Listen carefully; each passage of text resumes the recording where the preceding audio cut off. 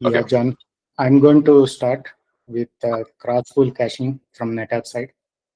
Sounds good. Recording is on. You're good to go. Yeah, sure.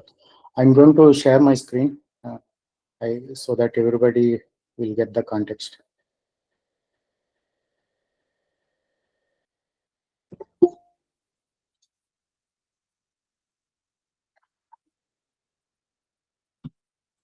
Yeah, can you guys see my screen? Yes. Okay. So this topic is about cross-pool caching using Netapp technologies. This is a continuation to yesterday's presentation where Raja spoke about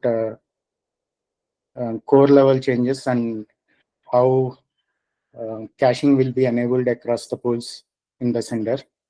So we are going to present here how Netapp technologies are going to complement the existing cache across the pools, and it's going to optimize in terms of the space and the performance, how it's going to complement the existing cross-pool caching available at the core layer. So right now, glance image is used for rapid VM creation, and we introduced cross-pool caching at the cinder layer, and there is a abstract implementation available for Netapp as well. So the generic implementation is not space efficient. It's going to use the host-based copy.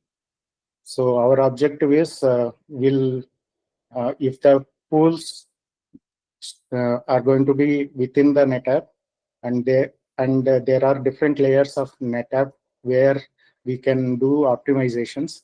So I'm going to talk about each layer, how the optimization can be enhanced, and so that the overall the cache cloning across the pools will be space efficient and also fast.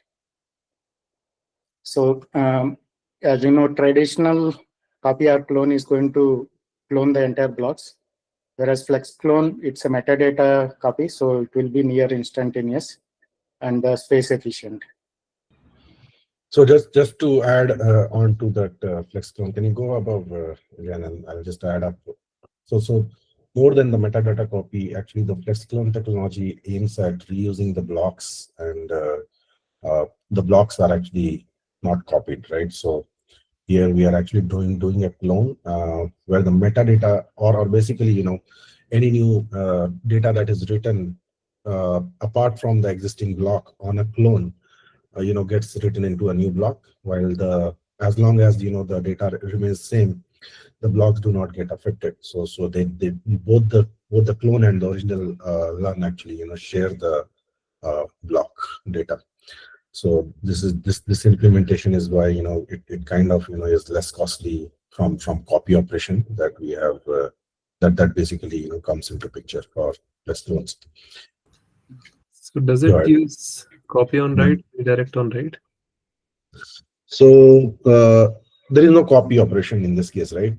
What happens is the instance of learn that gets created just shares the data blocks that are present in the snapshot of the old or original learn, and the metadata is actually maintained in a separate volume or the parent volume. So in this case, yeah, I understand the I was just asking the storage concept. Like there are two concepts that are used to do this. So RBD uses copy on write, whereas some vendor drivers use redirect on write. So what was the? It is not both the copy and write. We have a different data structure maintained by Waffle. So this is a pointer from which it's a pointer copy that will be maintained by both the original and the cloned volume. So in effect, there is just a creation of new learn with the existing data blocks, basically. As long as the data blocks do not change, new blocks are not written. As soon as there are new data blocks written on, say, either the clone or the parent, new data blocks in the consistent waffle memories start getting written.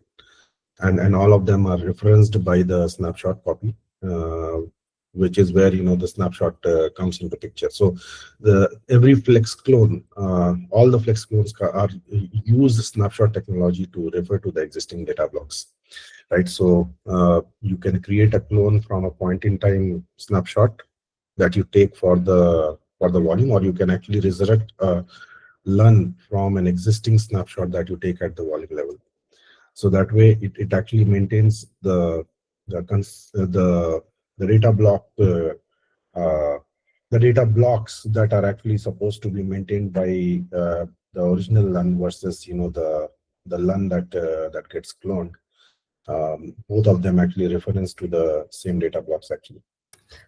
Yeah, I was more interested in the writing case, like when we write to the clone, what happens? Okay, got it. When you write into the clone actually goes ahead and writes data blocks. So that delta will come in the clone data structure, and the original LUN still points to the old timestamp, meaning that it won't be timestamp. It will be the later original blocks which belongs to the original LUN. Delta will be there on top of the existing shared data for the cloned copy. I mean, if I write something on... Right? Sorry, John. Yeah. I was just saying, this sounds very much, if not exactly, copy on write. Yeah, I mean, if I write to the source, then like the data on the source gets copied to the destination, and redirect on write is just different. It just writes to the new location, not the original one. Right. So, yeah. But it's just a metadata reference, and then all the work gets done as late as possible. Yeah, sorry, I won't hold the presentation for long. I was just interested, so I was just asked. Sorry, I will let you continue. Yeah. So right now we have these hierarchical boundaries. The bottom most is the LUN, which is mapped to cinder volume, and LUN container is the flex wall, and which is a pool in cinder. And these flex walls can be associated with the multiple physical disk pools called aggregates, and it can stay. It can fall within same aggregates or different aggregates. On top of aggregates, there is a virtual boundary security and virtual boundary imposed for tenancy that is called SVM. And all these blocks belongs to the cluster. There can be multiple clusters in a given data center. So if clone is happening within the flex wall, there won't be any penalty in terms of the blocks or time. It will be instantaneous clone will be performed. And we are going to have a clone reference, which can be referenced from the cinder side. So this is instantaneous. If we are cloning across different pools, that is different flex walls, which is falling within the same aggregate, this is also metadata operation, and there won't be any penalty here. So this is also instantaneous. Right now, the way we implemented, we are not considering the destination path and destination pool reference while doing the clone. We are just doing the flex clone. That's why when Rajat implemented his Netapp side changes, right?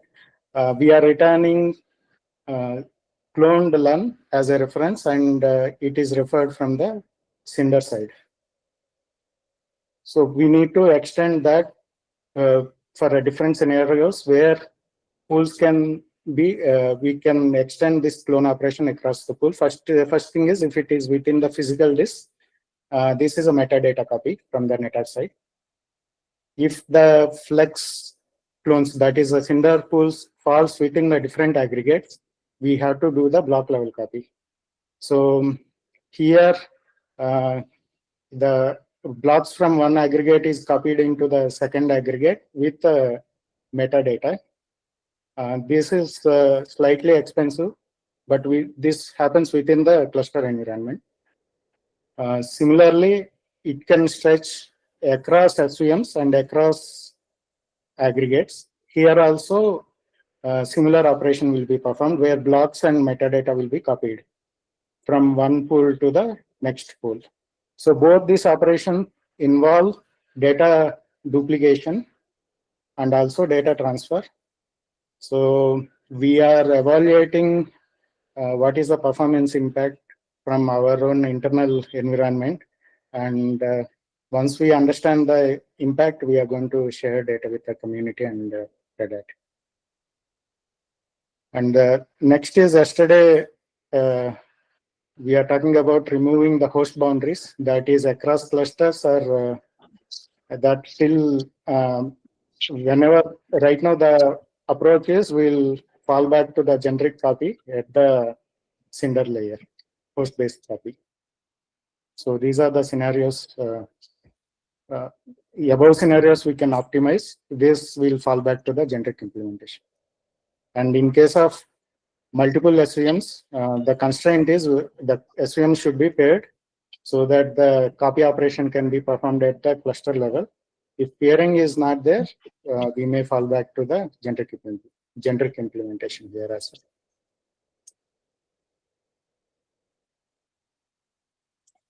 So that's all for the cross-pool caching. Any questions? I have a question not specifically to this, but who all is from Netapp, and are you guys on the Cinder IRC? Yeah, we are in Cinder IRC, yes. Okay. So I'm Cardo on there. I'm unfortunately not able to type, but I will potentially ping you guys on the Cinder chat about some stuff. Okay, sure. Please reach out to us in IRC. I did want to ask, how are we testing Netapp for Cinder in general in Zool? Do we have a Netapp appliance or a virtual machine that we run tests against? I'm legitimately don't know. We are Yeah. using OnTap Yeah. Select right now. Yeah, so we have all the hardware in our Zool Okay. running. So as of now, it doesn't run for the each job trigger or each push done by the user. So we have still need to add more provider, but we run the Zool, or it's run on our OnTap hardware Okay. and our provider. Okay, cool. I know you guys have like a virtual machine appliance, but apparently it's doesn't run on top of OpenStack. It's kind of makes it a little hard for us because we were trying to use a virtual NetApp to test against, or at least to run tests. But I'm glad to hear that there's a real one there. It'd be good to We have get we tests, we more ha tests in there. So we have what OnTap workflow you Select are going actually. to test? What workflow you are testing, and you want to see if it is there in our infrastructure. And what is a specific workflow you are targeting?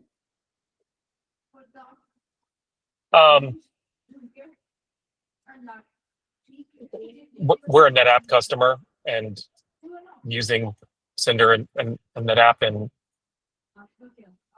just running into issues. That's all. And I was just curious how much upstream testing there was. So Doug, the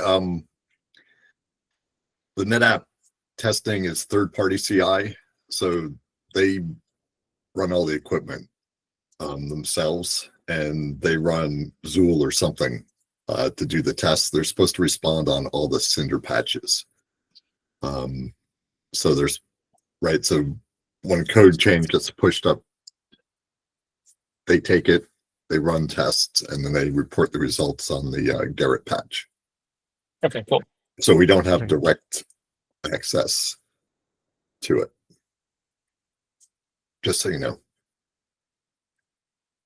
But maybe So, work something out with them. so each patch rule test result, I think it's publicly available. So even anyone can access those test result, which is run for the each patch. But right now, it is not running for all the patches. That is something that we are Yeah, working. that is we are working. Yeah, that's true. But at And- least for Netapp patch, we'll make sure even the core reviewer, they ask us to make sure that we have the Zool run for our patches, which we are doing as of now as a manual process. But soon we will make it automatic to make sure that whenever somebody is pushing the changes, it will trigger automatically. Once we have more hardware in our Zool, yeah.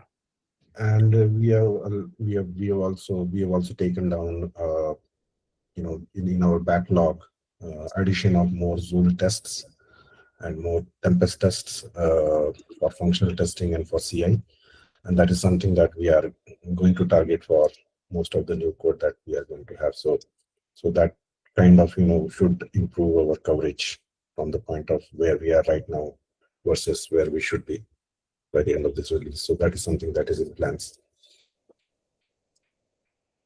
So, Doug, is it possible for you to ping us and let us know what issues you are running into? Yeah. We can help you out with opening bugs in case that is the case, and also reach out to us and we can actually help you out with the support team, the first line of support from the Netapp side for Cinder, so that you can actually open a support case and we can work with you on those cases or issue, whatever you are facing. Sounds good. I'll do that. Sure. Thank you. Yeah, I had a question, few things to say about the cloning across pool. Yeah.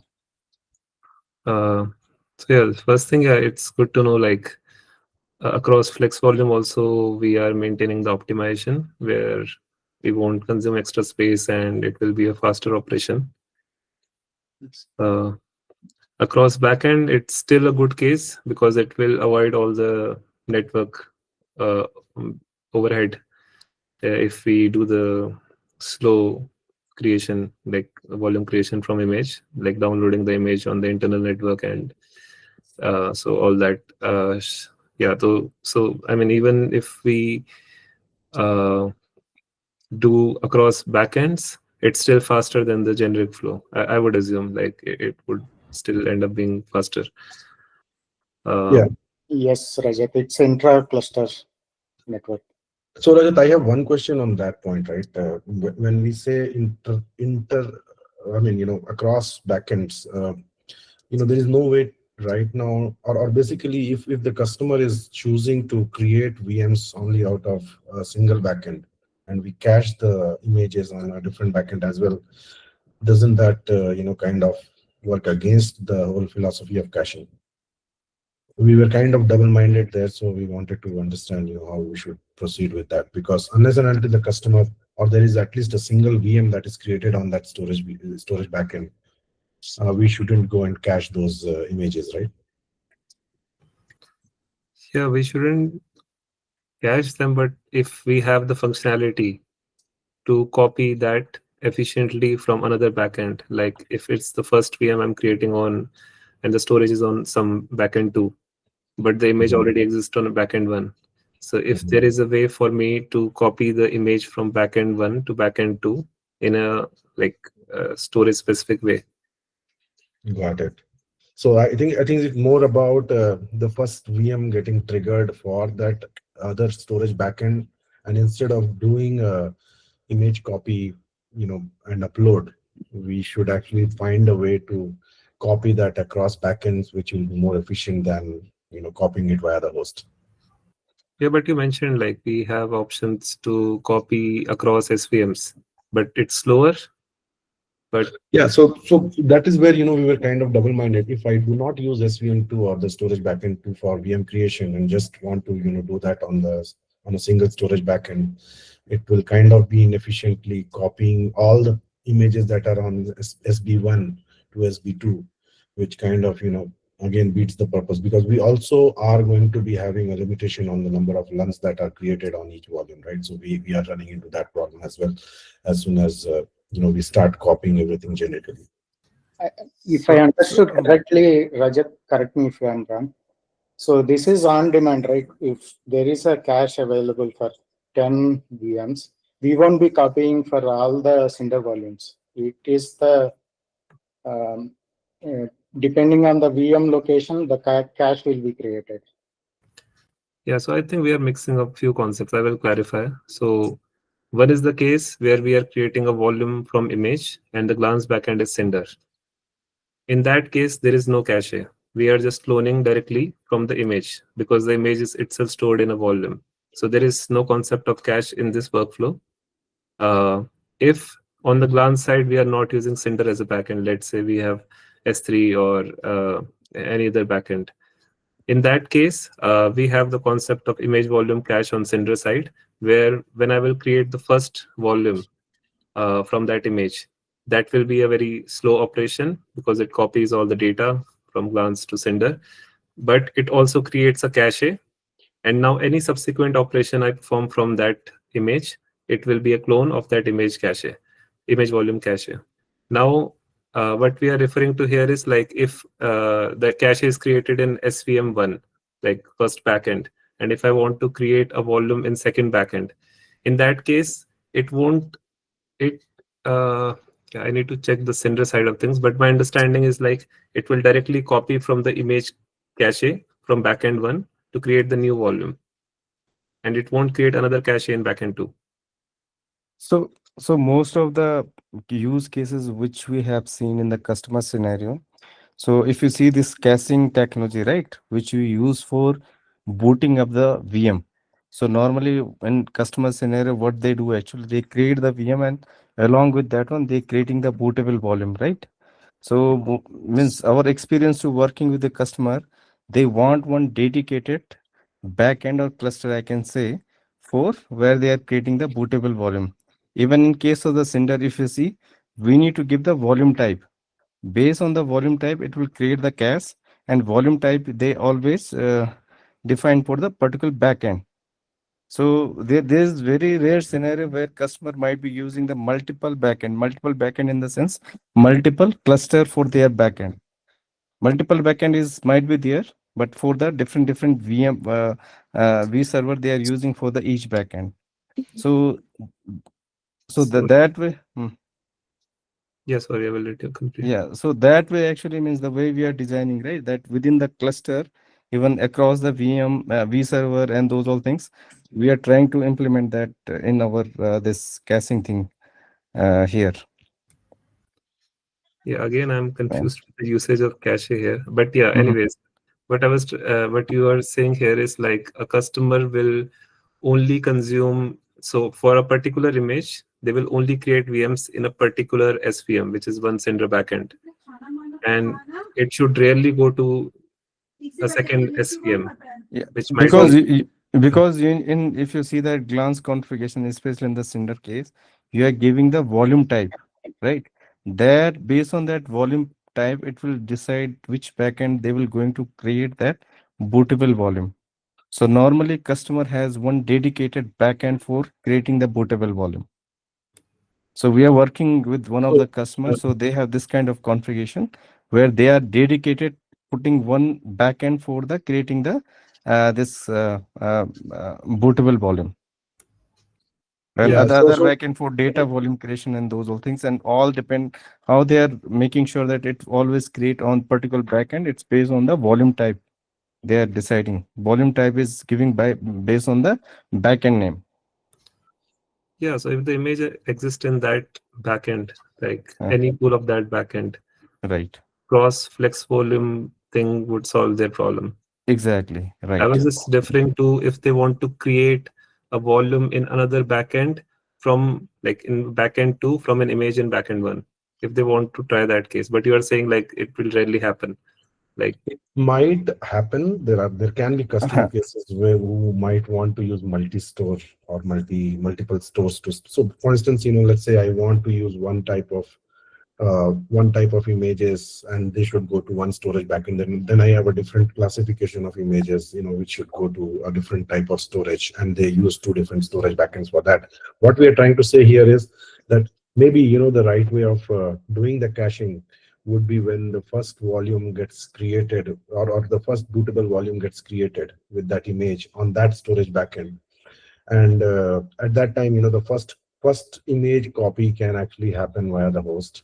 And then we take care of the pooling based on the boot volume creation on that storage backend rather than, but I think what your point is that if even instead of the first boot volume creation on the storage backend 2, instead of if that cache is available on storage backend 1, why not, just go and copy that across cluster or across SVMs? We don't need to copy anything. It will be on demand. Like if I try to create a volume in backend 2, it will just clone internally from backend 1, like SVM 1 to SVM 2. It will use the cache in SVM 1 and it will do the learn copy on the backend side. It won't copy the cache. So the cache still exists in backend 1, but we are just creating a volume out of it in backend 2. That might not be possible, right? Unless and until, we have the boot volume on the same storage backend and the cache is available locally on that SVM. You cannot just create a boot volume or the cache or clone might not work. But you just mentioned in the across SVM case, like it is possible. It is not happening right now, that I understand, but it is possible, right? Okay, so you mean to say instead of keeping the cache in every SVM, you go and use the cache volume that is created on SVM 1, and when the boot volume call comes, you use that cache to create a copy operation and create the LUN on secondary SVM, and from there you boot the volume. Yeah, that is one option. Another one is like if you don't want to support cross SVM, then the first request to backend 2 will be slower one. It will create the cache in that SVM, Okay. and that can be utilized across this SVM. Got So it. that Now is I understand that. Okay. Yeah, the main feature here is the cross flex volume. That is the main thing. From my perspective, if that is implemented, like the cross SVM is like good to have, but not a key feature. Sure, I think we can explore that as well, and we can come back on that. But at least, from the data point that we have, at least cross pool with flex volumes should definitely work within the same aggregate and different aggregate that we have verified, and we'll see what we can do about the SVM copying it. Yeah, and it would be even better if the glance, I mean, there is a one-to-one mapping between SVMs and glance stores. If we have multiple glance stores, we can keep the images of related to workload of one SVM in one store, like SVM1, like pointed with the volume type on the glance side, and then that image could be used. So we won't even need a new cache. We can just clone from that image across that SVM. Right. Okay, got it. And from the Cinder database side or Cinder cache management side, this is now available, right? We can just refer to the same image cache, and it shouldn't again create a clone on a different storage backend in case the boot volume goes to a different storage backend. It won't do it initially, but if you request a volume, then it will, from an image, then it will do that caching. So again, I need to, if we can be specific, if we are using Cinder as a backend for glance or not.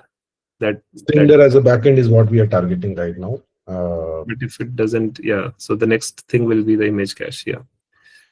Okay. So only the thing is, if you are using the different cluster, so in that case, we can't create the cache for the pool which is coming from the different cluster, right, Anup?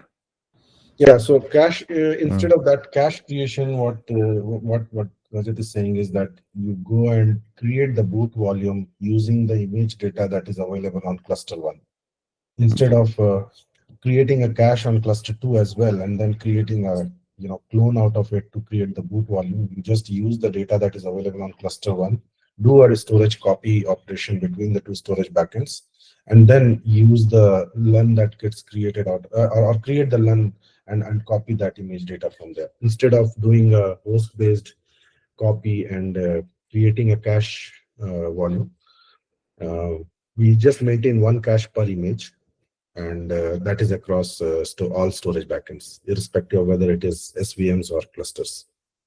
If I understand it correctly. Yeah, we definitely would need to test it because none of the backends have till now supported this cross backend support. Right. Yeah. So we Yeah. can think about that and we can come back. Rajat. Yeah, but first, like if we can handle the flex volume case, it would be great. That's the Yeah, that is the prime use case that we have. Sure, we can break it down into multiple use cases and we can come back with analysis on how we can implement that on our side. okay. If we need any support on the common code side, we will definitely follow it up. Sure. Yeah. Thanks.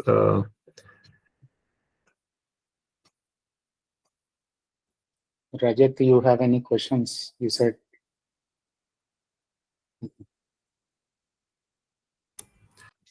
Not really. I think we already clarified most of the things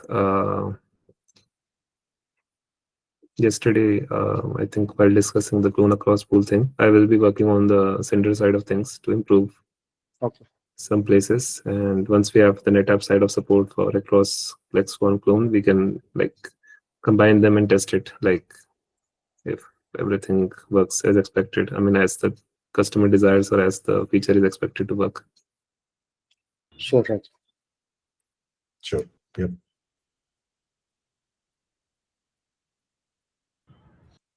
Okay, so which is Sanket, you want to go with the NVMe and or maybe Janam, you want to go with the Janam will be presenting that, yeah. Yeah, let me share my screen again.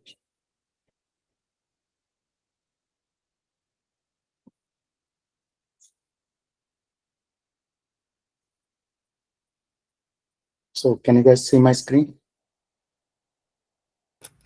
Yes. Yes, okay. So next topic is about replication and stretch cluster solution with Netapp SnapMirror. So we already have support for SnapMirror in the previous releases. They are supporting replication to some extent, and we want to extend that and provide such a stretch cluster solution with the Netapp SnapMirror. So what are the use cases it's going to solve? So for mission critical workloads where we need RPO 0 data near zero data loss, and also where the entire site is going to be, we want to make the workload available even in case of site failure. Those cases we want to implement stretch cluster, and also active resource sharing across data centers. Right now we don't have whatever SnapMirror solution we supported, it need manual intervention. So with the extended implementation, we want to have planned and automated failure that is supported at the Cinder level. DR is already supported. We want to improve the existing DR support with other policies. We have a fixed set of policies which are hard-coded. We want to extend that DR support. So the capability we want to introduce for this stretch cluster and replication is both the sync and async replication, multi-site availability with ActiveSync, and we are going to improve the Cinder side workflows to support automated failover and failback. And also at the VM consistency level, we are supporting sync and strict sync and planning to introduce ActiveSync. All these solutions support grouping multiple volumes under volume consistency groups so that VM consistent failover can be achieved, so that VM and application level consistency can be maintained. And also zero RPO support we are planning to introduced with this stretch cluster and replication improvements. So I'm going to briefly talk about this is already presented. SnapMirror solution is already presented in earlier Cinder PTGs, and we already have support for SnapMirror async architecture, which is already supported. But right now, the way it is implemented is we are hard coding to mirror all snapshots policies. There are other snapshot policies available. So we are going to provide flexibility at the Cinder level so that user has the flexibility to change the policy according to his RPO and RTO requirements.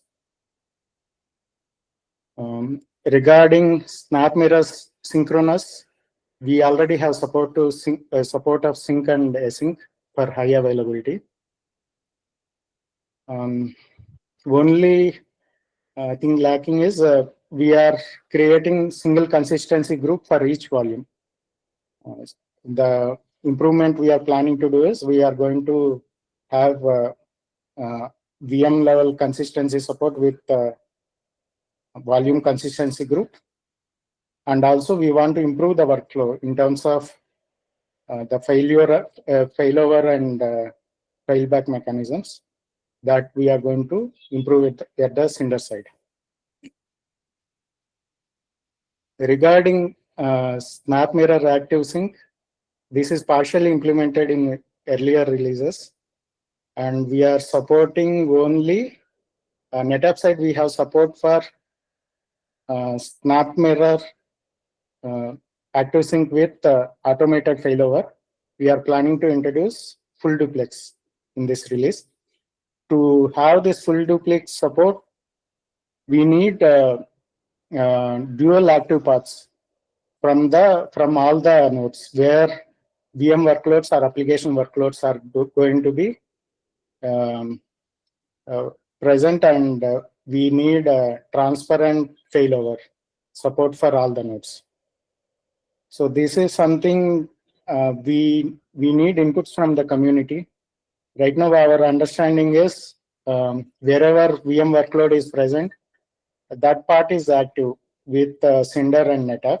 Is there a way we can achieve dual active paths from multiple openstack-cinder nodes and from the OpenStack side? Is it a feasibility? Even if we create a active IO path by way of insisting from the user that whatever the NQNs are present, can we achieve the dual IO path from the Cinder side? Something we. Janan, do you want to open the diagram that we have maybe to give a little Yes, sir. Yeah, I can share that. Okay. Yeah, you can share. I will stop sharing.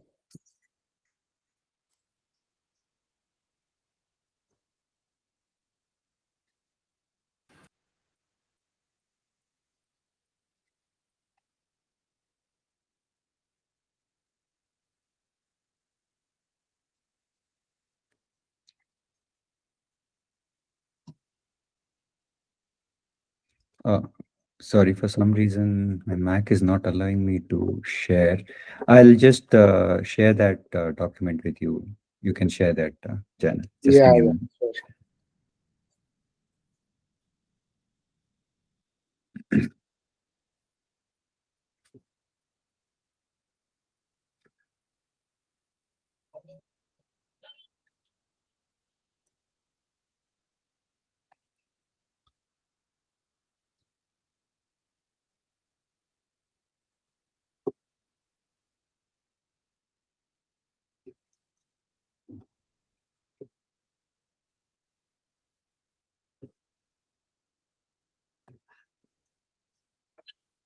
Sanket, please let me know once you shared it.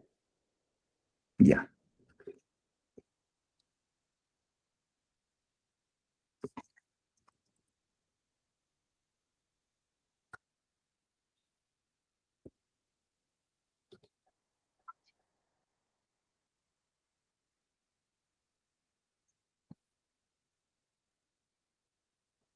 Yeah, Janet, can you just check now?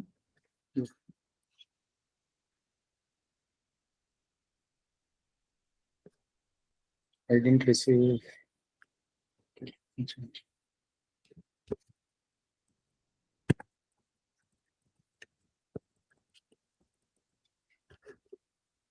Not yet, Sankit. Yeah. Yeah, now Now it's coming. Yeah.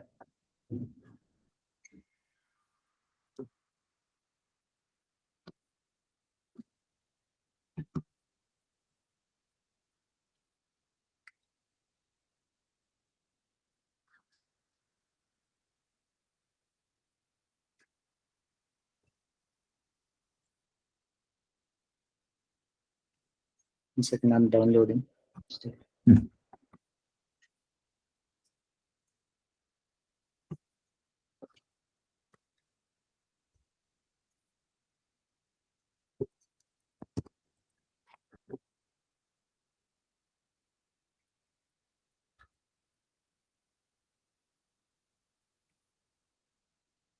Let me share my screen.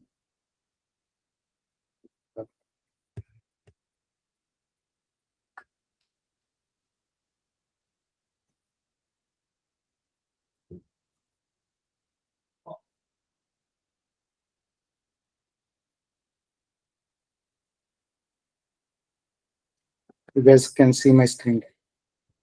PowerPoint. Can you put it in the presentation mode? Yeah, I'm in presentation mode. Go to the next screen. Yeah. Next screen, this one, right? Yeah, the first one, before one. Yeah, so as part of the SnapMirror Active Sync, where we are planning to support stretch cluster solution, where the LUN that has been created, the volume, basically the OpenStack volume gets created on the node 1, the ONTAP cluster 1 gets replicated to ONTAP cluster 2, and the node 1 on the OpenStack, right? So that has access to both the clusters. So this is how we are planning to have a stretch cluster solution. And I'll explain more on the failure scenarios. So in this, if we see, right, so the LUN which gets that got created, and when it gets replicated on the remote site or the site B, it has the same serial number. So the VM, if we say this LUN is a boot volume, so the node sees it as a multipath rather than two separate LUNs. So this is kind of a day zero configuration where we have a cross cluster connectivity. Yeah. So any questions on this? So maybe I will just quickly walk through the different failure scenarios, so it's easy to visualize how we are trying to achieve the stress cluster. Yeah, we'll go to next slide. Yeah. So in this case, right, if we just one more point I would like to add. So can you go back one step? Yeah. So we will be using something called as iGroup replication, and another thing is host proximity. So as part of, along with the replication, right, the data replication, we will be replicating the metadata also. In what it means is that the IQN, that is the node 1 IQN, which is mapped to the LUN 1, as soon as this replication happens, the same metadata gets copied over to site ONTAP cluster 2. With that, the data path for the if you see ANO, right, the active non-optimized path also gets established automatically. And the second thing is the host proximity. With that feature, what we are trying to do is that we are telling from ONTAP, we are telling the node through Alua that the SVM1 on ONTAP cluster 1 is proximal to node 1. So that information will be providing so that Alua can pick the correct path, optimal path.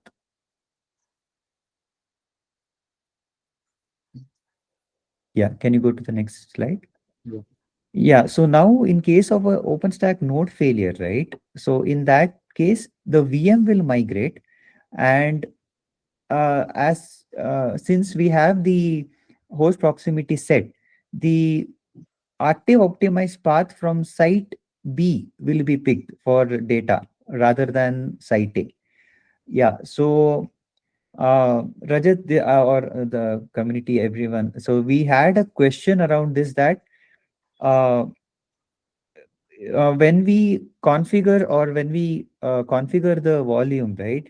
And when we map it to the node, uh, when we get the IQN of only node 1. So is there a possibility of for us to get the IQN of node 2 as well upfront, since the of all the nodes participating in the cluster when we configure the VM? So here node refers to the compute node, right? Where the VM Compute node, that's workload correct. goes. So this DR scenario is not the storage array failure, but this is the VM workload where the VM service, right? That is failing. That's correct. That's correct. And from the mapping, as I can understand, are we mapping each NetApp cluster to each compute node? Is that the Yeah, data path will be there.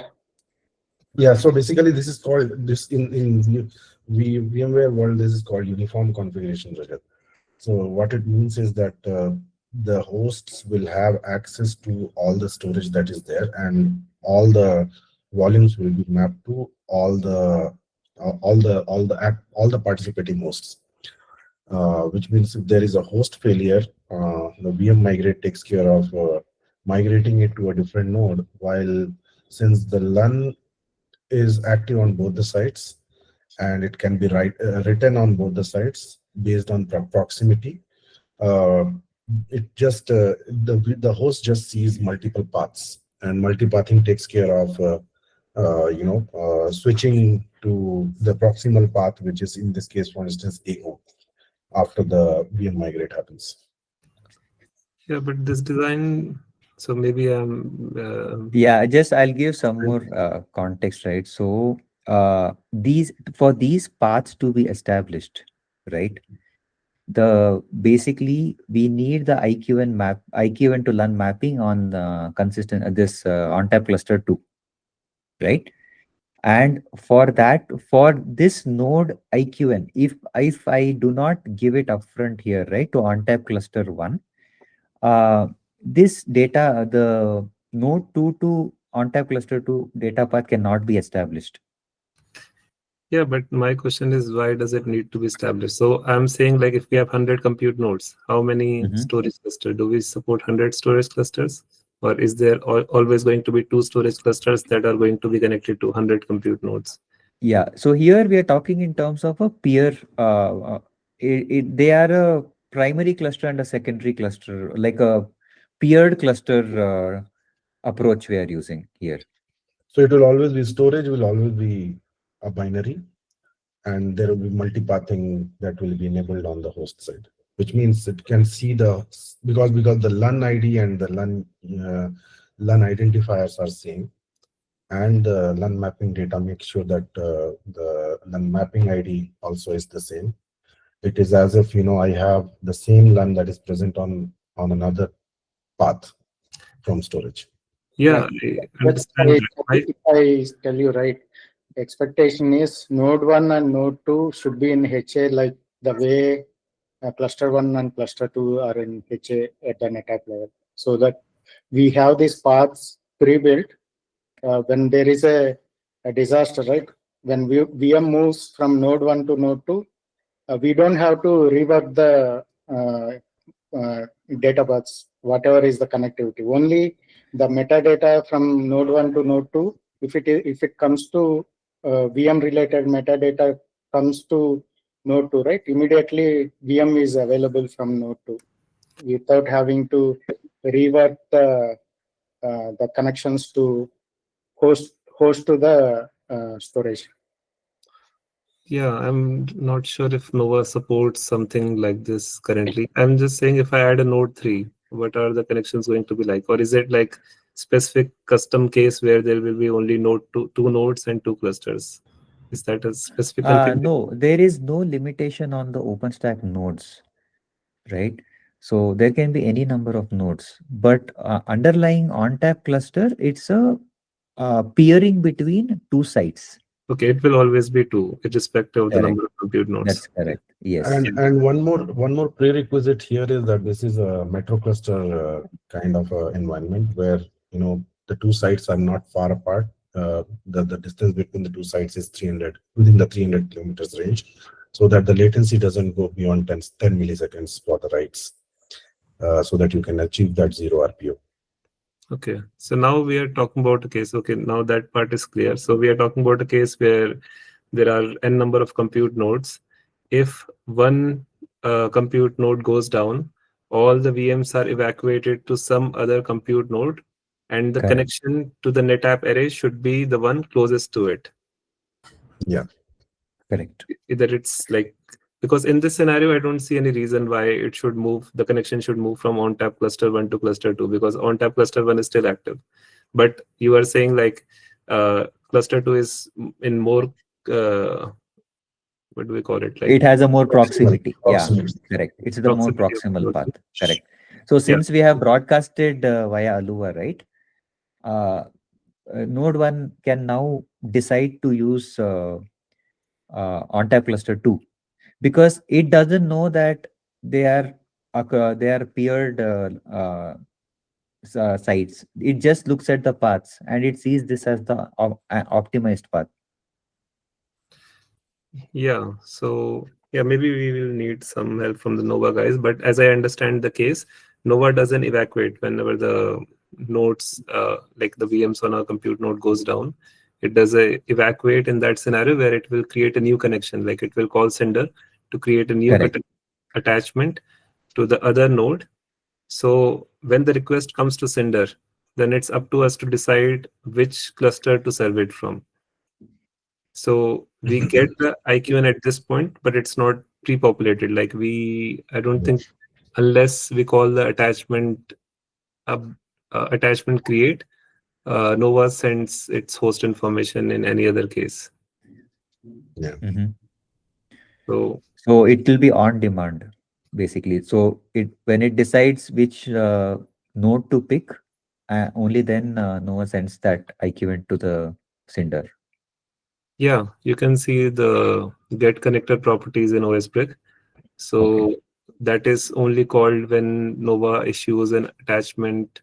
So it is after the attachment create, it calls OSBrick to fetch all the host properties and then passes on to it in the attachment update call. So that is the only place where we get the compute host information. Otherwise, I don't think there is a way. So the ideal way would be to create a clustering of nodes or hosts on the compute side, which actually creates a boundary of how many nodes want to participate in this failover, and then while creation of the creation of the volumes, upfront, Nova might, if we can get all the IQNs or WWPNs from Nova side, that might help us in presetting these paths so that the failover kind of becomes seamless. Yeah, the main problem with all this replication stuff is like Nova is the orchestrator. So whenever the compute workloads are affected, so now this DR is more on the compute side. There is another DR scenario where the storage array goes down. So that at least we can control. Like we can provide volumes from both storage clusters. Yeah, this one. So this is at least in our control. But if the VM workload goes down, the failover path needs to be initiated from the compute side, which I don't think currently it's there. I think in VMware it's called protection group or something where all yes, that's correct. Yeah, it's called stretch cluster or VMS and DRS basically. So there is an there is a live migration that happens seamlessly into the other host. Yeah. So yeah, all these things again requires Nova team's discussion, because So even the attachment workflow you see, like Cinder is the one just doing the operations Nova asks for at the time it asks for. So we don't even have the control over the attachment workflow. Nova is again the orchestrator there. So same, I was thinking like for making DR more seamless, or like zero RPO RTO, if you call it, Yeah, at least RTO. So in that scenario, Nova needs to initiate all of this procedure. right. Yeah, so this one may be a little bit maybe it's not there, that support is not there, so we may not be able to. Can you go to the next slide, Jainam? Yeah. If we say this, we want to support, and in case, right, there is a VM migrate that the customer does to, which is a manual VM migrate to Node 2, that again, kind of falls in that same bucket where, I don't want an automated failover, but I want to do a planned failover or move my do a VM migrate from node 1 to node 2, but I still want a seamless connectivity to the proximal path that is available. I mean, this is a failover, but it again goes back to that previous one where I can actually do a load balancing or a, say, manual failover, planned failover kind of a thing, instead of waiting for a disaster to happen, just to make sure that I can balance my use cases. Yeah, so if we are talking about synchronous replication, where we have both the volumes attached to the VM workload, in that case, I mean, the failover from optimized to non-optimized path can happen on the storage array side. That is, I think some of the backend does it like Pure. Now, if we are talking about manual failover, or maybe the cases where we are not attaching both the volumes, like VM only sees the volume local to it. In that case, if we do the failover, then we need to refresh the attachment on Nova side as well. So Nova needs to detach and attach. So in this case, right, that detachment and attachment might not be required because the paths are already established, and since both the paths are active and there is no active passive in this case, so I can write to site A or I can write to site B depending on what my primary becomes. Right, that failover I can actually trigger at the consistency group level. If you see that consistency group, I can do that failover on storage as well to make second site my primary site, so that even though I want to do some maintenance on site A, I can perform that maintenance and then come back and again do a planned failover back to site A. That kind of a workload also workflow this can support as well. Only problem here is the node side support. Yeah. Rajat, one question here, because we are having cluster 1 and cluster 2, and both are having their own IP addresses, right?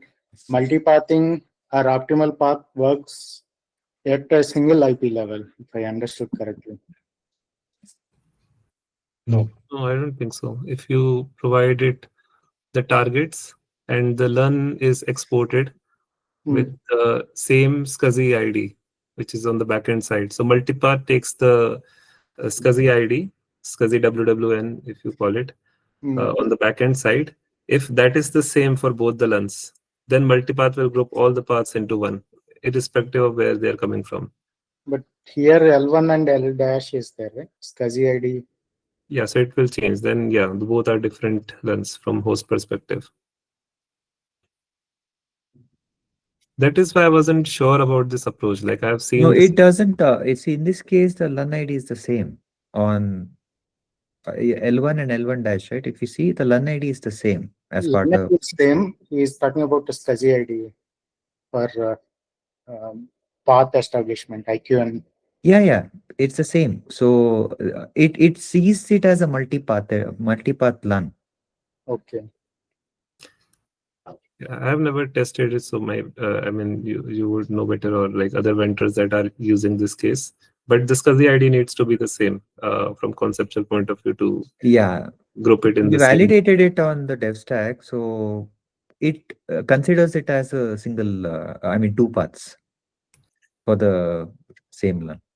So if you have validated it, so like you created a VM, you attached a volume, or maybe you created a VM. Yeah, I created a native volume I didn't create a VM. I created a volume, basically a LUN, and I did a snap mirror of that to the remote site. And when I see that, right, I can see two paths when I do a multipath command.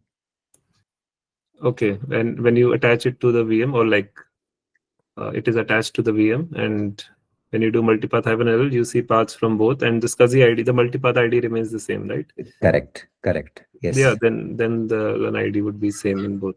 Correct. Yeah. Another thing is that the proximity decides where, which one is the active IO path. So that is also something that we validated, if I'm not wrong, right? Sanket? Yes, that's correct. So based on the proximity experiment that we did, when we switch the proximity to the remote site, the active path changes when we in the multipath command. Right. Yeah, that's interesting. So multipath does take care of like the latency as well. Like it might have, so it keeps on like doing some TUR or some operations on it to test unit ready or some checks on those paths constantly. So maybe it also checks the latency part. Like whenever we switch from like the closest storage array to me would provide a lower latency. So multipath might switch the paths of active optimized to like with the active and non-optimized. Yeah, so that is in general true for when both the nodes are in the same site. But if I am actually having two nodes which are actually from across sites, say, I have one in Bangalore, another one, maybe in a suburb area, right? Two data centers where I have two nodes from. In that case, on the storage, the way ONTAP does it is you can actually provide upfront that this node belongs to this or is proximal to this SVM versus that node is proximal to that SVM. So it helps in the ALUA. It's called ALUA in host's point of view. In the data path, it actually sends which is the proximal path and which one it should choose to if I have two paths available. So that way it decides which path to take during the multipathing decision making. Yeah, that is even better if we have those a way to configure these things in the driver or like the backend itself. Then yeah, we can be more sure, like it will always take the closest path. But it is only true for synchronous replication because in asynchronous we can't do it, right? No, we can't. This only holds good for active sync. Yeah. So it's an active solution basically. Exactly. So when you say synchronous snap mirror, we have three different flavors of it, Rajat.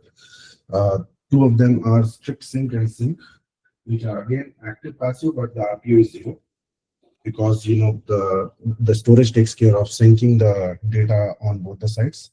But then active sync makes sure that the write happens on both the sides, and the write cannot be. The host doesn't see write as successful unless and until the write happens on both the sides because the path is available on both the sides. So it is basically a two-side write. So data is always in sync, and there is no snap mirror involved in this case because my data is in sync. Yeah, because the transaction of like both the writes should be, both the writes should happen in the same transaction. Exactly.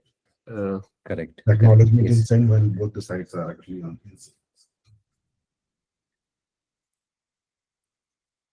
Okay, so at least we are good on case 2, which if the storage cluster goes down, I'm not talking about the proximity thing because we still don't have the IQN or NQN information from. So is this applicable to like SCSI based protocols like iSCSI FC, or is it also applicable to NVMe? It is actually applicable for all three. Now, ONTAP has implementation for all three protocols actually, and we'll talk about NVMe because there is another implementation that we are planning to come up with for NVMe, which includes the active sync implementation for NVMe. Okay. So, Rajat, one final question. So, any other vendors have this proximity setting from Cinder side?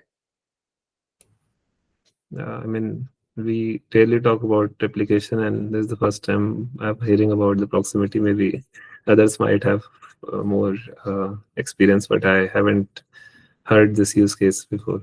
Yeah. Replication. Is there a kind of a active use case that has come up from any other vendor?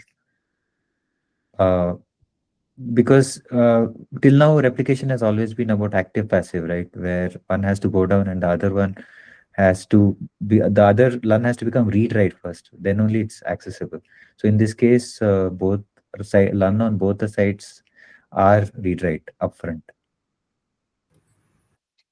Yeah, I haven't. I mean, I will let others say they have.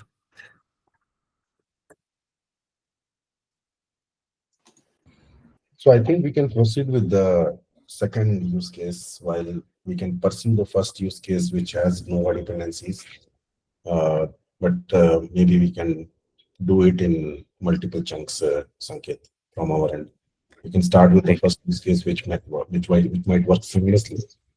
The first use case, which requires no dependencies, we can maybe discuss this with Nova team to see how we can do that for Microsoft. Yeah. The drivers can also get manipulated by that. Okay, sure. Yeah. On the NVMe side, Janet, could you please share my PTG? Is it possible? Sure. So from the NVMe, we'll be introducing replication.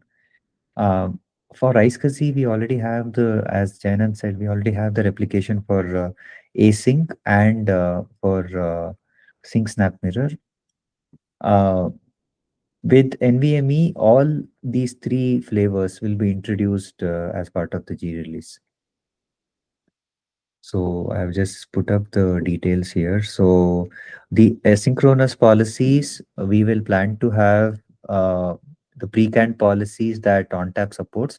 So we have not finalized that yet of what all policies we will be having for async policy. There are multiple, so we need to finalize get the final list. Similarly, on the strict sync, on the synchronous policies, on parity with iSCSI and FC, we will be having sync and strict sync. And for active sync, we will be using the same approach, what we will be introducing for iSCSI and FC as well.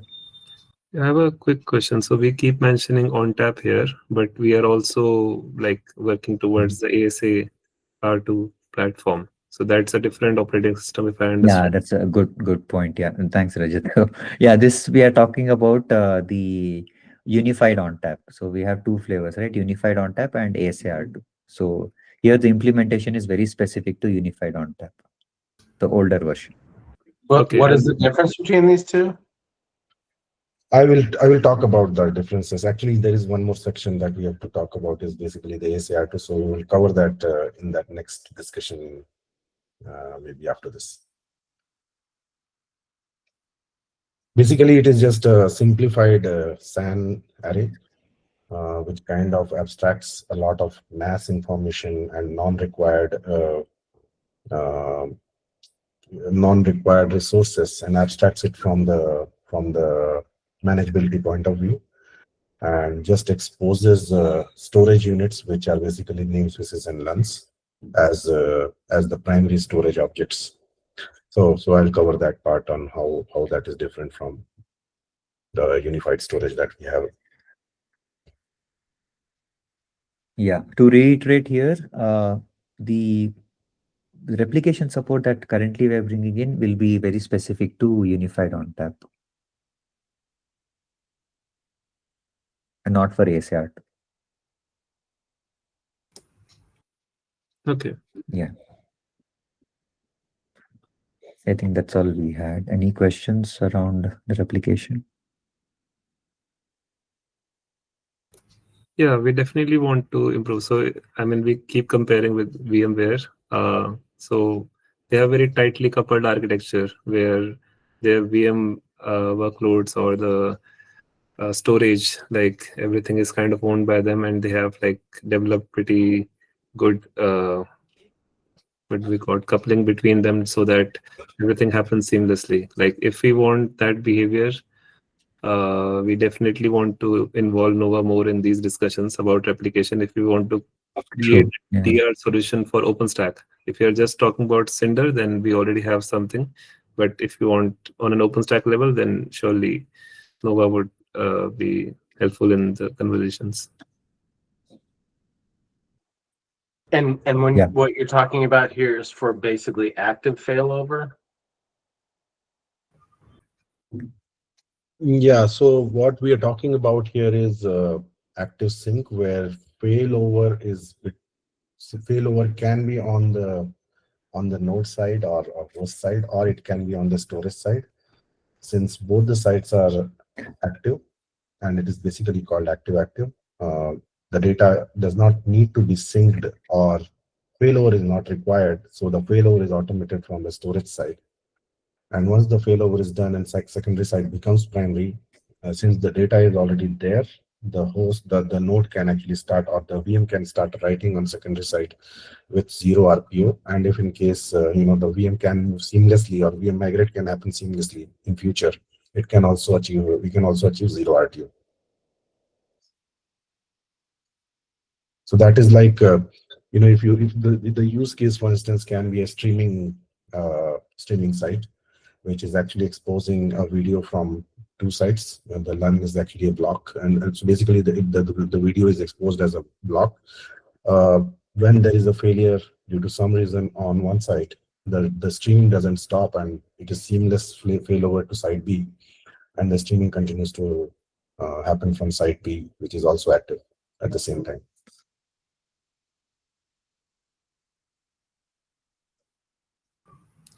Yeah, and Cinder doesn't inherently know, as we were discussing, about the details of the second compute, like wherever the VMs are going to. So if we are talking about compute host failing, then the workloads are shifted to another node, but Cinder has no idea unless Nova calls the attachment update and provides the connector information. So there should be some way that Nova's host information is already pre-filled on the Cinder side, where the storage array or the Cinder driver already knows about all these details. So we can take smart decisions based on whichever side of things are failing. So are there any third-party tools that can detect the failover on nodes and do the VM migrate in an automated fashion that we can club this solution with?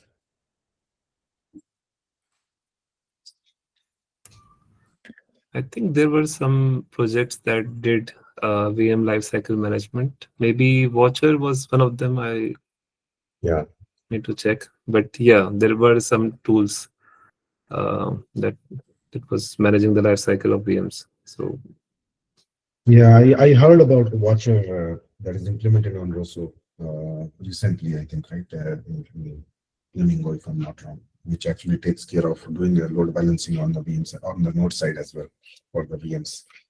It was actually presented in the Open Infra Summit. So I did attend that. Got it. So we'll see, if this can be. We need to also talk to the customers on how they want to adopt this to in the initial phase, and see, how we can move forward. Maybe not 100% 0 RTO, but even if we can actually achieve 0 RTO, that might give us at the storage, and we may be able to leverage some good architecture there. yeah, certainly customer feedback is the most crucial, like how they want to use replication. So previously it was disaster recovery where sites fail, but now another use case has popped up, which is the planned maintenance, where they want to shift their workloads, but for a temporary amount of time.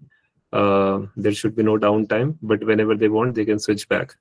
So this is also across OpenStack clusters, which is another thing. So, I mean, I was just saying, like, customer use cases are most critical. Here we are talking about just the technical details of things, how we can achieve this, but we should have the high-level picture first, like what is it being used for. So I don't know how to get that customer feedback, but yeah, it is important.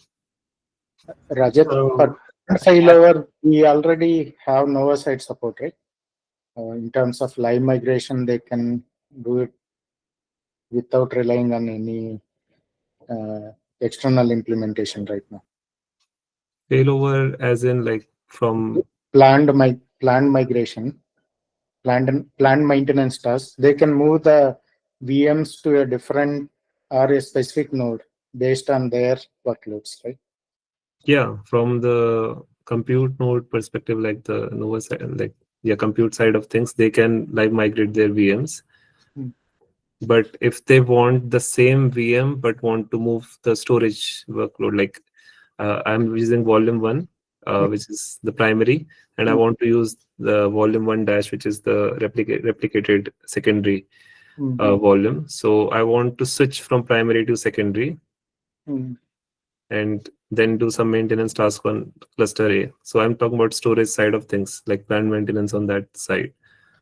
Or yeah, if I see live migrate command, there is a attribute for migrate storage also. Right? If we don't specify migrate storage, it will stay in the same path. I understood. and if we migrate it, like where does it go? Like, is there a host provided to it? Yeah, I think it will. I want to check that command again. Yeah, there is an option called migrate storage also along with live migrate. Okay, yeah, we can surely check that. So maybe I was more referring to like across OpenStack clusters, but that's again another thing. Yeah, so this is basically within the same storage, OpenStack cluster, because I think you're talking about the two DR sites where OpenStack is actually separated across geographies. That would require a third-party orchestrator for metadata collection so that the VMs can be rebuilt, right?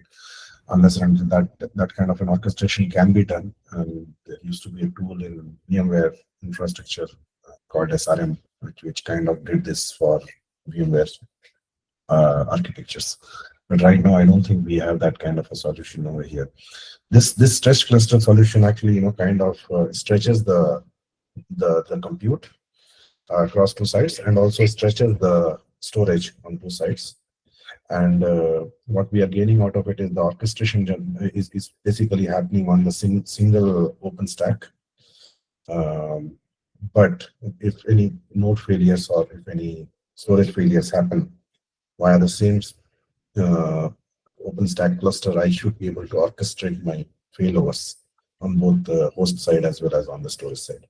That is the expectation.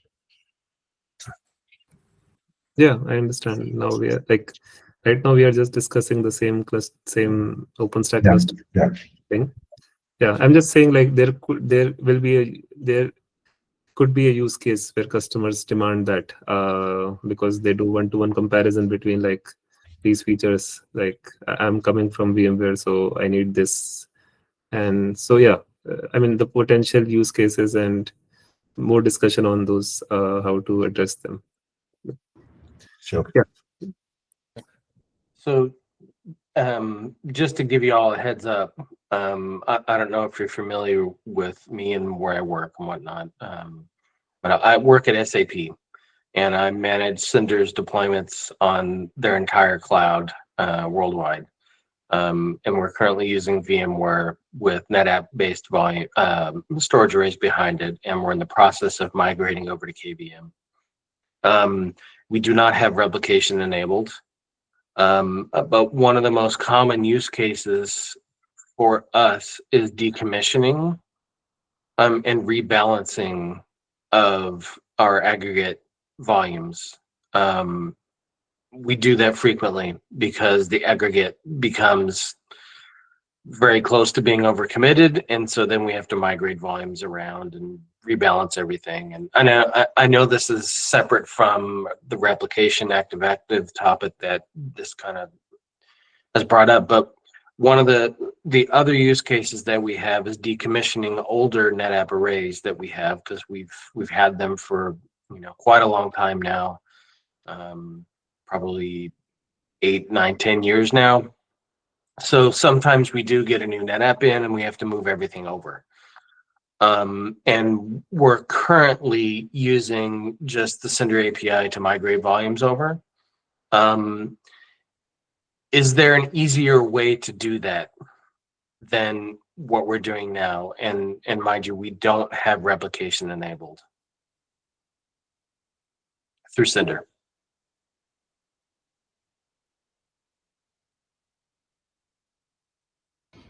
So is there, so I think one to Cinder, I'm not sure, but if your use case is just to migrate storage from or decommission storage from one to another, I think there are solutions that the support team can help you out with, where you can actually move those workloads to a newer cluster.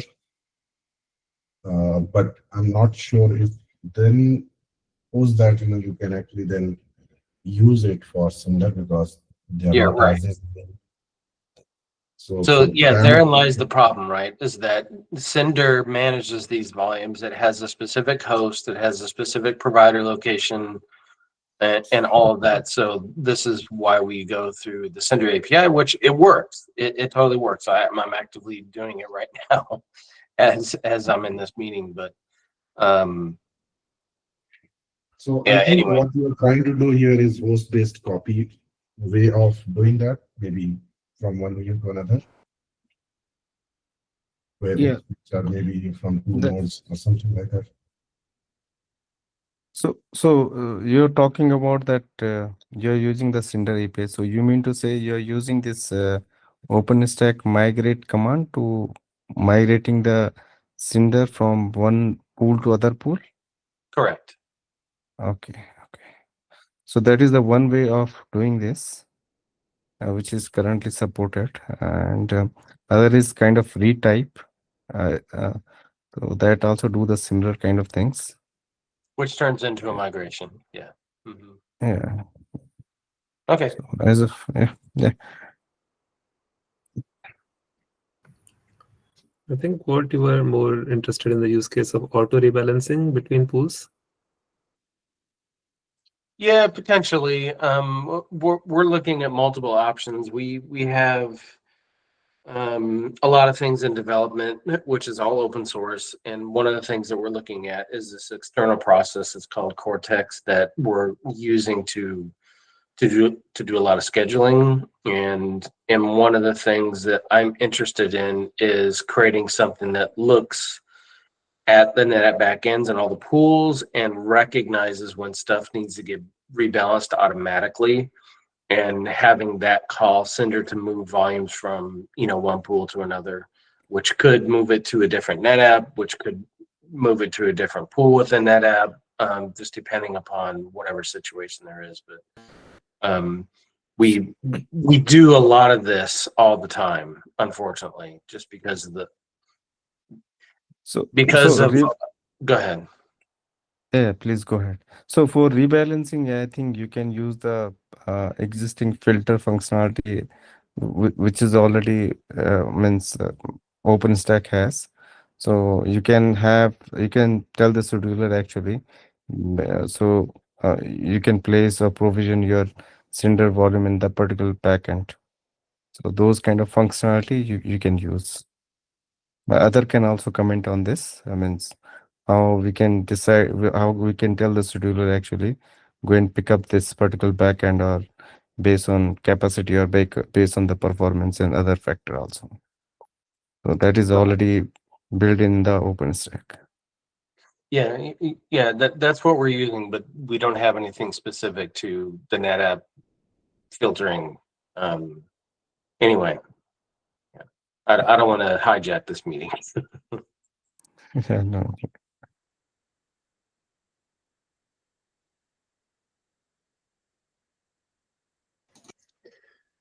I think then we can move to the next topic. I quickly share. Yeah, that's my cat. Sorry. So we have the glance team session in 25 minutes. I checked with Fernando. He is in good shape with his topics. So we've got maybe a bit of space for Tempest replication feedback. Rajat, if you think you can squeeze that in this 25, otherwise we can push it to either post-glance team session or tomorrow. Yeah, sure. So is my screen visible? Yeah, no, yeah, I can see. Okay. So basically, I'll just talk about what ASA R2 is. We did have so as we talked about we are calling this personalities. So the storage has two personalities. One is SAN only customers. For SAN only customers, we have this ASA, which kind of was also present in the older unified storage. Where we were only allowing, or basically it was simplified for SAN only customers. But then again, we still had a lot of nuisance that was created from the NAS objects, or we did have that one-to-many architecture of volume to LUNs, which kind of hijacked the use cases on SAN side. So the ASA R2 kind of tries to solve that problem for SAN only customers. So we do have these released on-tap platforms which work, which are basically ASA R2 systems. We support currently all the protocols that are SAN, so including iSCSI, FC, NVMe, NVMe over FC, and NVMe over TCP. And we also have a symmetric auto active architecture for that is implemented on all these platforms starting 9.17.1 as well, right? So basically it introduces a couple of artifacts. One is known to the older unified on-tap as well, but storage unit is the one that actually kind of creates a new abstraction on top of whether you want a LUN for iSCSI versus whether you want NVMe for namespace for an NVMe.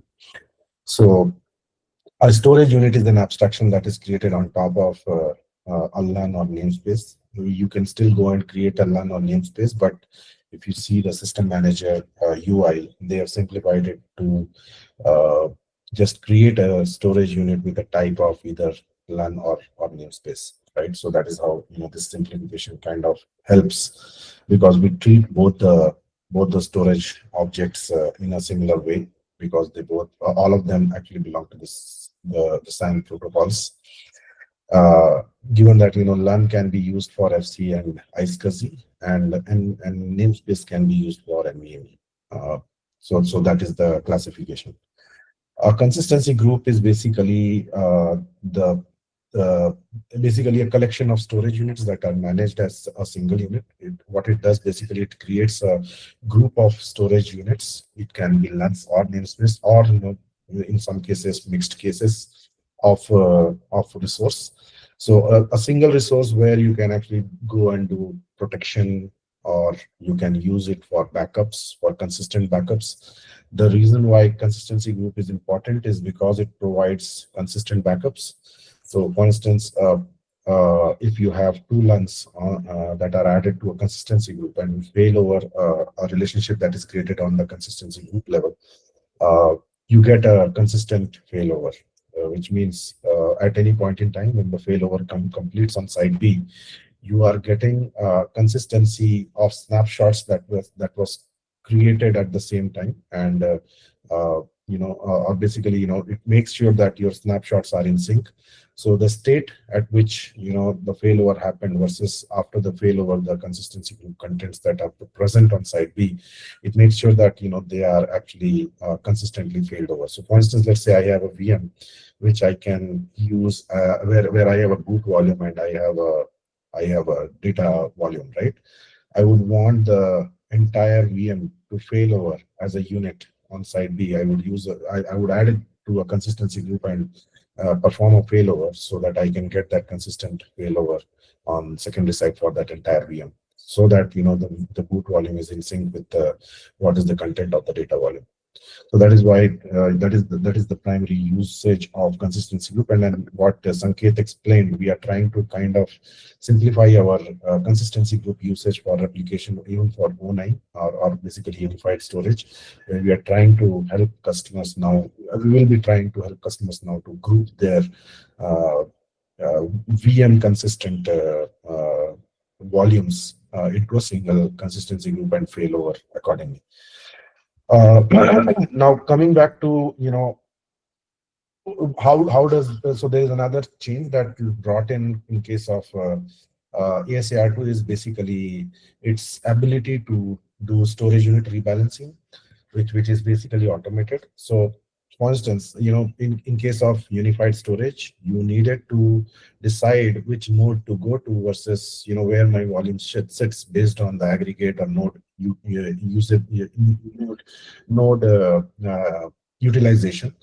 In this case, ONTAP makes sure the ASA R2 system already makes sure that it balances it automatically, and it makes sure that the least utilized node or storage unit is actually used, or storage availability zone, sorry, is used to provision the LUN or the namespace, right? So this is automatic rebalancing,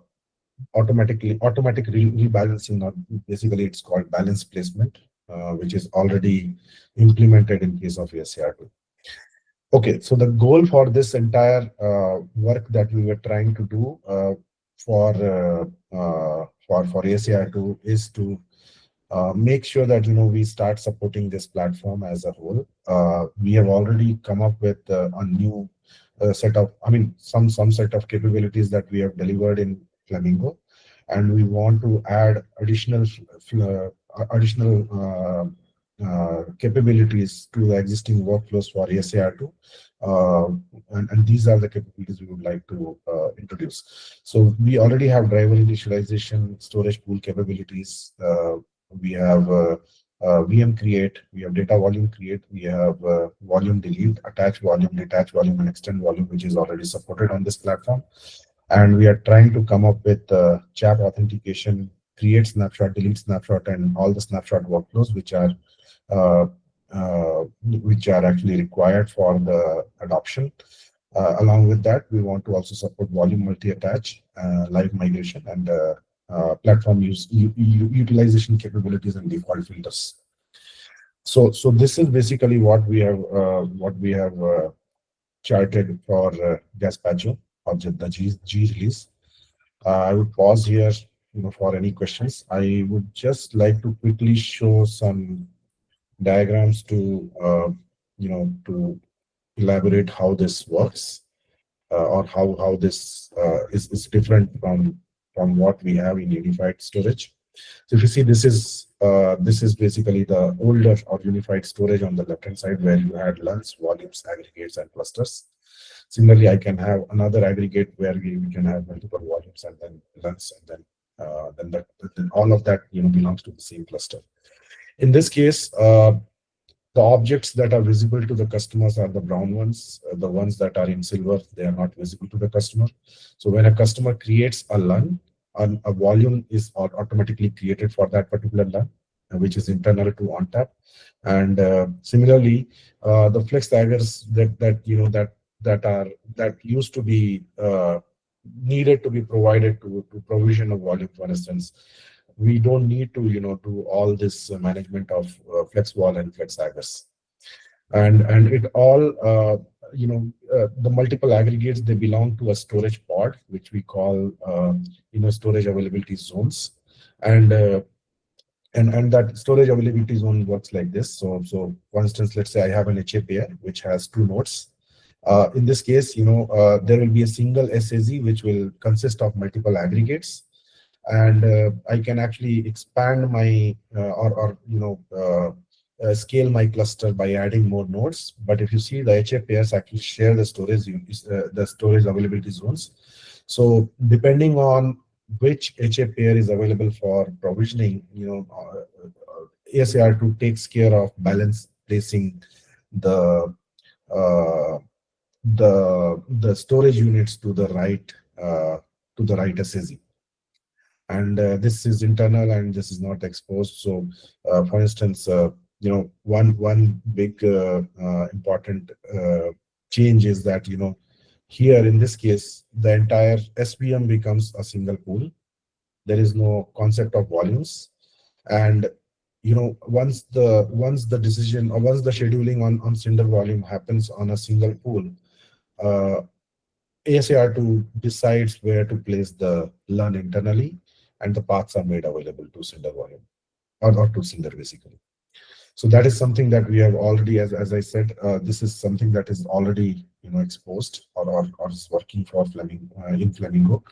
We wanted to support additional workflows. I'll just take a pause to maybe take some questions, and then we can move to the major workflow changes that are going to be visible, basically. So I have a few questions. So right now a Cinder backend points to like a SVM. Now it will point to a storage availability zone. Is that correct? So we still will still be using SVMs as pool, but the same SVM can actually have multiple storage availability zones mapped to it, and it can make sure that the provisioning happens across the cluster. So the storage availability zone will be equivalent to pools now instead of the flex volume. Yes, there is no flex walls in this case. So we are getting away from a lot of limitations that we were having due to the flex volumes. So everything gets created as we still go and create a flex wall, but that is internal. And we have APIs that seamlessly clone and copy these objects across clusters. Okay, so if I send creating a LUN request to the SVM, it will automatically decide which storage availability zone to use. Yes, that balance placement is going to be taken care by the storage system. And is there do we have any control over it? Like it's capacity based, or do we have any control over it, or is it like just it is not controllable? You can, there are ways to provision on a specific storage availability zone, but we do not want to give that capability, because this balance placement takes care of doing the placement according to the availability on the performance side as well as capacity side. So the balancing is taken care by the ONTAP cluster in this case. Okay. The scheduling can only decide which pool it uses, which is basically the SVM, depending on the volume types, and then the rest is taken care by the storage itself. Okay. Yeah. Okay, so going to the next major workflow changes, we have already done some of this. So one more small thing I wanted to show or talk about was the way this works on the Cinder side. So we already have our clients that are created for Zappy, REST, and and for the so we have introduced a new client, if you see over here, for ASA R2, which kind of extends the existing REST client. By the way, ASA R2 completely uses REST. There are no Zappies, so we are completely REST based in case of ASA R2. So the client actually extends the existing client C mode REST that we have that is basically used to also provision and manage and the orchestration in case of unified ONTAP. What we do here is we override the methods which are going to work in a different way.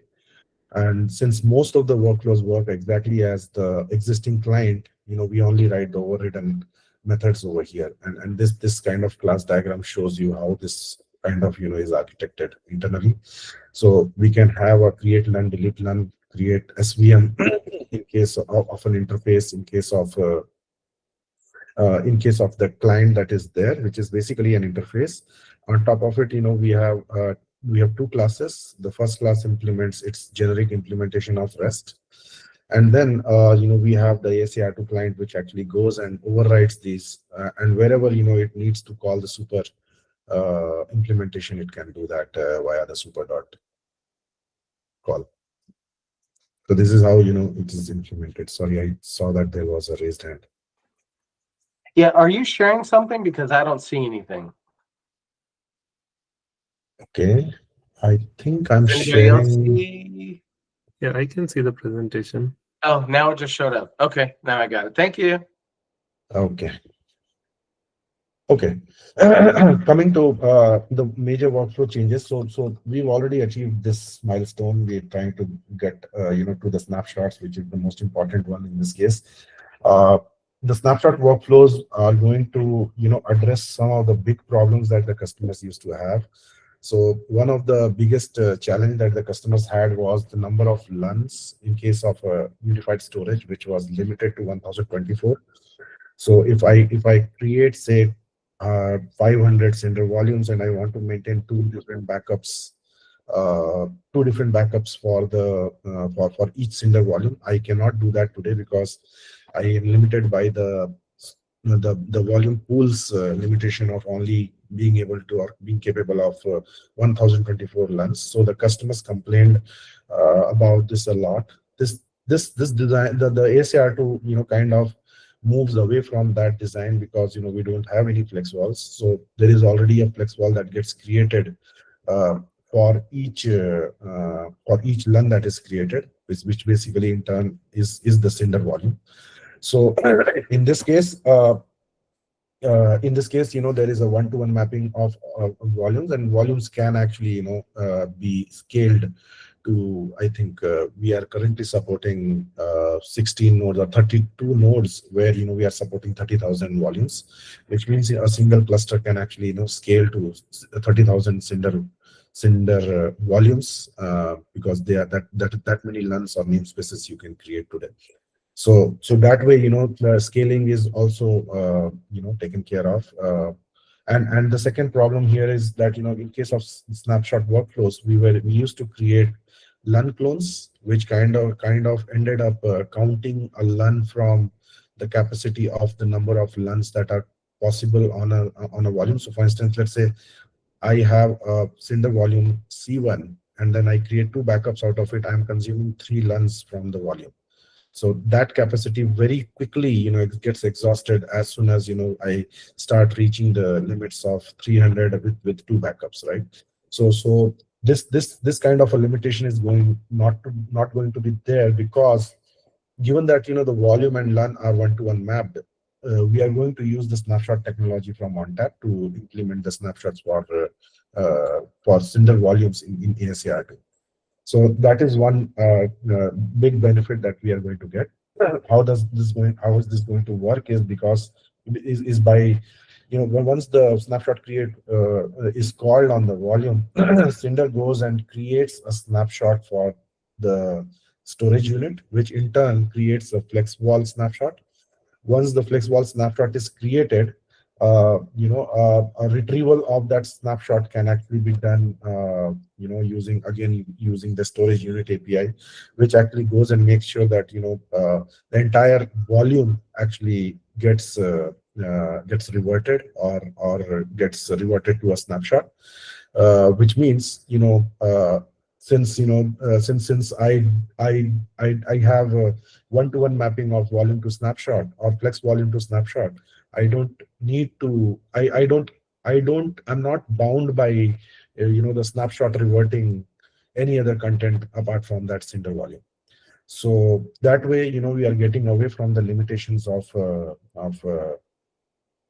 number of backups that I can support for a Cinder volumes, and it can scale to it can scale depending on how many nodes and how much capacity you want to add. Does that make sense, or any questions on this?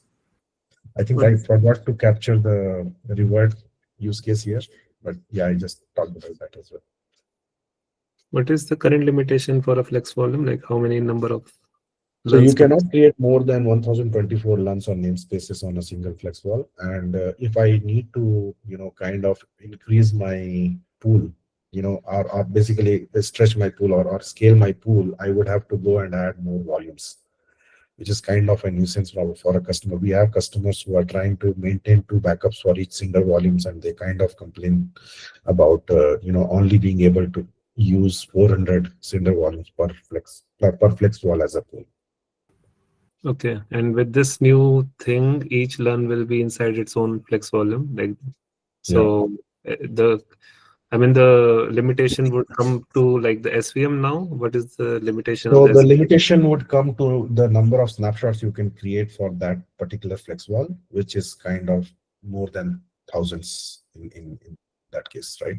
So for instance, now everything becomes a snapshot. So for a single LUN as well, we are taking a snapshot of the flex wall, which I can take unlimited, and it doesn't get counted as long as you go and create a new volume from that snapshot. So with old architecture, so each clone, whatever we are creating, ONTAP consider that one as a LUN. So because of that, actually, that limit reached. But with this approach, actually, we are just using the volume snapshot, which is not considered as a LUN. So with this one, customer can create more cinder volume. Yeah. And second problem used to be about thick volumes. When you used to have thick volumes and you created clones out of it, it kind of, was inefficient. In this case, since, we are going to use snapshots, it is going to be more, it is just, pointers in real time of the blocks. So it can be retrieved at any point in time. So, and I think Cinder only supports the last snapshot to be used for retrieval. So that way we are covered here, because it will always be incremental in nature. And we can actually support multiple snapshots for a single Cinder volume using the volume snapshot or flex wall snapshot. So similarly, delete snapshot is going to just go and delete the storage unit snapshots. And this will be the API that will be called here. And there's no reuse. I mean, there is no usage of quotas from provisioning point of view, versus there is no, there is also a GB quota, right? We can actually disable that and make sure that, the customers can create as many snapshots as they want in this case. Similarly, another benefit that they are going to get on top of all this is the volume cache acceleration. Since now everything is a LUN with its own flex wall, we do not have boundaries on how we want to how we'll be able to clone any cache that is available is capable to be used, and clone a new boot volume out of it, and that is also something that we will get benefit from. So once the cache is created, the entire SVM can actually reuse that cache for creating boot volumes using the image cache. So those are the benefits that those are the changes that primarily are going to come. Most of these use cases, the rest of the use cases are going to be identical to how O9 or the unified platform used to support it, and we'll be reusing the same implementation that was there on unified platform. The rest of it works as is. I'll try to add more workflows to it. I think the reward part is missing here. I'll add the reward here so that someone who wants to take a look at it, how it's going to work, can go through it. And we do have documents. We are going to have documents for the support for Flamingo deliverables. So soon, this will also be made available, and it is going to be public soon, so that customers can start using public documentation to see how they get benefited by this platform support. Yeah, that's all I have. We wanted to cover replication, but we have too many things in plate, so we will come to replication for ASA R2 platform a little bit later, maybe in the next release, and we'll come up with those advanced workflows a little bit later. Any questions?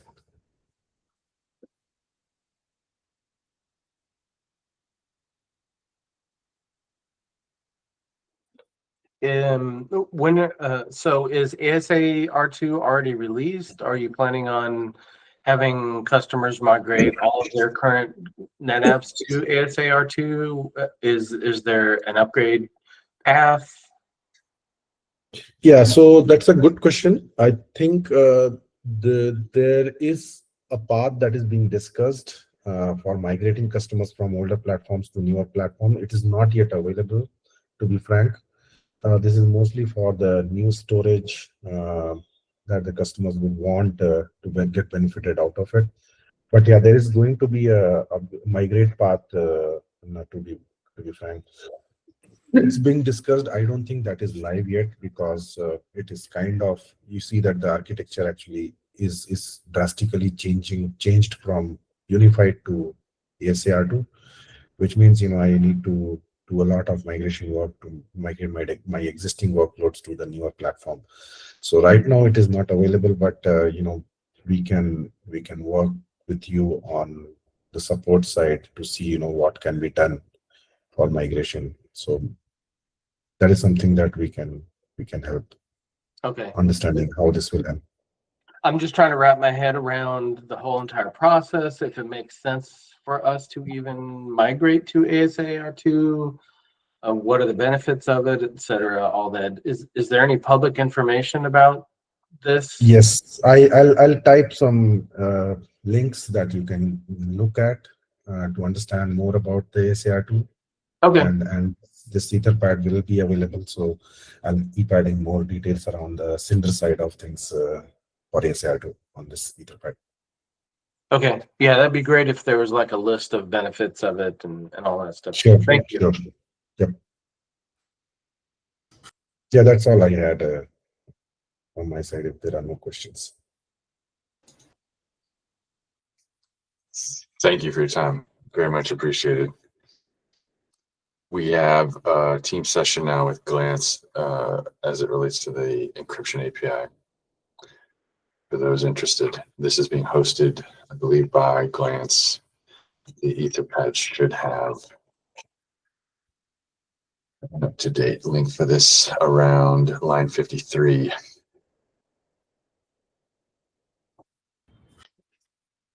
So there is one more topic that I wanted to talk about, which I think I was discussing with Rajat as well on Slack sometime back, which was about the delete volume and the cost of volume stats being called along with the delete volume.